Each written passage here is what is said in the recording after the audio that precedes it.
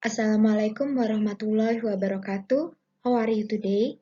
I hope you are fine. Let's start our lesson with Basmalah. Bismillahirrahmanirrahim. Today we will discuss about ability and willingness. Jadi hari ini kita akan bahas materi tentang ability dan willingness. Mari kita baca sama-sama ya. Let's we read together. For the first about ability. Untuk yang pertama tentang ekspresi ability. Ability di sini artinya ialah ekspresi kemampuan, yaitu ekspresi yang digunakan untuk menyatakan dan menanyakan kemampuan seseorang untuk melakukan sesuatu atau kesanggupan seseorang. The second about willingness. Yang kedua tentang willingness. Apa sih willingness itu? Arti willingness ialah kemauan atau kesediaan. Ekspresi yang digunakan untuk menanyakan ataupun menyatakan kemauan atau kesediaan seseorang dalam melakukan sesuatu. Oke, for the first about ability atau kemampuan, jadi yang pertama kita bahas di sini adalah ekspresi yang menyatakan atau menanyakan kemampuan seseorang ya, sanggup atau tidaknya orang itu melakukan sesuatu hal atau bisa tidaknya orang itu melakukan sesuatu. Jadi yang namanya ekspresi ability ini ditandai dengan adanya kata can ya. Ditandai dengan apa? Ditandai dengan adanya kata can yang artinya adalah apa? Artinya adalah bisa atau dapat ya. Jadi ability menggunakan kata can yang artinya bisa atau dapat. Nah, kita perhatikan di sini ada peraturan untuk menggunakan kata can ya. Bentuknya ialah positif, negatif, dan interrogatif. Jadi untuk kalimat positif, subjek ini bisa termasuk orang, benda, ataupun binatang, plus can, plus verb one. Verb one di sini adalah maksudnya kata kerja bentuk pertama ya, tambah objek plus objek. Negatif, subjek plus can plus not plus verb one plus objek. Interrogatif atau kalimat pertanyaan can plus subjek plus verb one plus objek.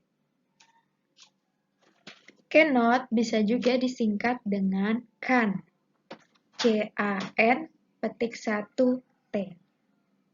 Let's we see about the example. Mari kita sama-sama lihat tentang contohnya. Here is a picture.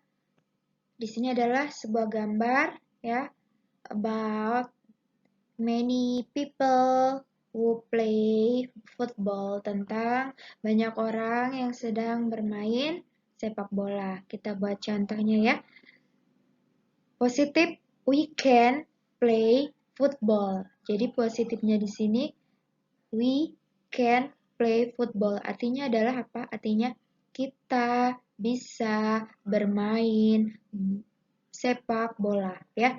Jadi setelah kata can tidak boleh menggunakan kata kerja yang dapat penambahan ing. Jadi kalau misalnya ada kalimat we can playing football, itu salah ya. That is false. It's false. Jadi yang benar adalah we can play football. Negatif, kita tidak bisa bermain sepak bola. We cannot play football, atau juga bisa disingkat cannot-nya menjadi we can play football. Interrogatif, bisakah kita bermain sepak bola? Kita lihat ya, harus sesuai dengan rumus yang ada di sini. Bisakah? Bisakah berarti can-nya harus di depan. Can we play football? Bisakah kita bermain sepak bola? Seperti itu. Jadi harus diperhatikan di sini rumusnya. Oke, next. we will discuss about willingness atau kemauan. Jadi selanjutnya kita akan bahas ekspresi willingness atau kemauan merupakan ekspresi yang menunjukkan atau menanyakan atau menyatakan kemauan seseorang untuk melakukan sesuatu.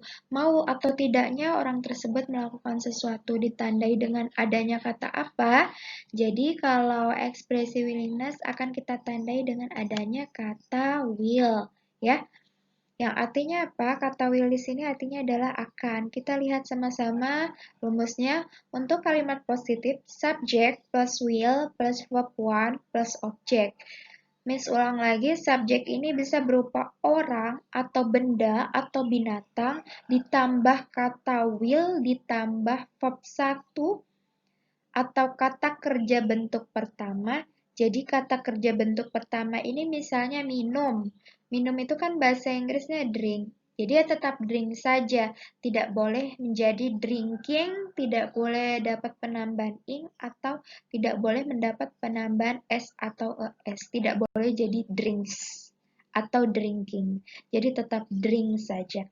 Ditambah objek. Untuk kalimat negatif, subject plus will plus not plus verb one plus object. Dan untuk kalimat interrogatif, will plus subject plus verb one plus object. Sebagai catatan tambahan, will not untuk kalimat negatif bisa juga disingkat dengan won't. W-O-N petik 1 T. Let's we see about the picture. Kita lihat sama-sama ya.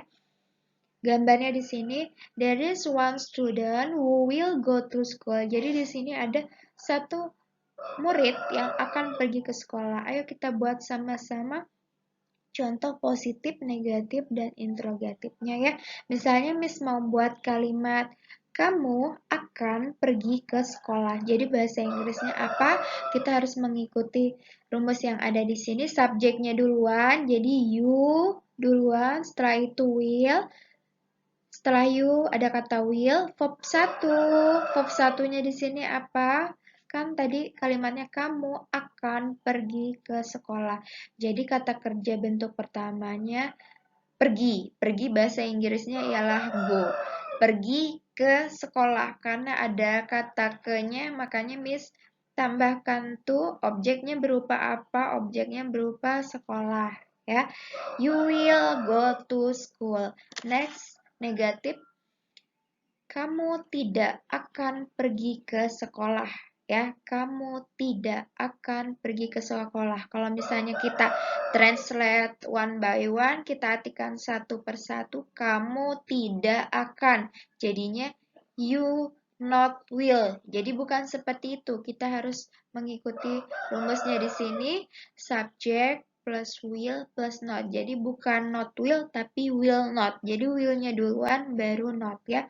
Kamu tidak akan pergi ke sekolah.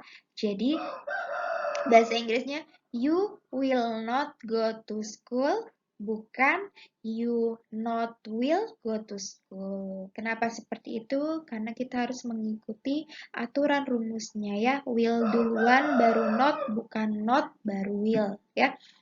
Atau bisa juga will not-nya ini kita singkat seperti ini. You won't go to school. Jadi won't ini adalah singkatan dari kata will not. Next, kalau misalnya Miss nyuruh kalian buat kalimat seperti ini. Akankah kamu pergi ke sekolah? Berarti otomatis kita harus melihat ke rumus interrogative sentence, ke rumus kalimat pertanyaan ya, akankah kamu pergi ke sekolah? Jadi bahasa Inggrisnya adalah will you go to school? Will-nya di depan. Seperti itu. Next, we will discuss about respond ability. Jadi selanjutnya kita akan membahas tentang bagaimana merespon atau menjawab pertanyaan ability ini. For example, sebagai contoh, can you play football? Bisakah Anda bermain sepak bola? Ya, kalau misalnya Anda bisa bermain, bisa dijawab dengan jawaban singkat, yes, I can. Kalau Anda tidak bisa dijawab dengan no, I cannot. Atau disingkat, no, I can't. Can you cook? Bisakah kamu memasak? Jika Anda bisa memasak, bisa dijawab dengan yes, I can. Jika Anda tidak bisa dijawab dengan no, I cannot. Atau no, I can't. Selanjutnya, how to respond willingness, bagaimana merespon pertanyaan willingness. Kita lihat di sini sama-sama. Contohnya, will you go to school? Akankah kamu pergi ke sekolah? Bisa dijawab dengan yes, I will. Atau no, I will not. Atau bisa disingkat dengan no, I won't. Will you study? Yes, I will. No, I will not. Or no, I won't. Let's we read it together. Mari kita baca ini sama-sama, ikuti setelah Miss ya. Setelah Miss membaca bahasa Inggrisnya, kalian ikuti. Repeat after me. Responding ability. Can you play football? Yes, I can. No, I cannot. No, I can't. Can you cook? Yes, I can. No, I cannot. No, I can't. Responding willingness. Will you go to school? Yes, I will. No, I will not. No, I won't. Will you study? Yes, I will. No, I will not. No, I won't. Okay, students, thanks for your attention. Terima kasih atas perhatiannya. I hope you can learn about the lesson. Ibu harap kalian bisa mempelajari materi pelajarannya tadi about stating ability and willingness, tentang materi ability dan willingness ya. Kemampuan dan kemauan. Forgive me if I have the mistake. Maafkan Miss kalau ada kesalahan. Don't forget to write. Jangan lupa untuk menulis the materinya in your book, di buku bahasa Inggrismu. Wassalamualaikum warahmatullahi wabarakatuh. See you next time.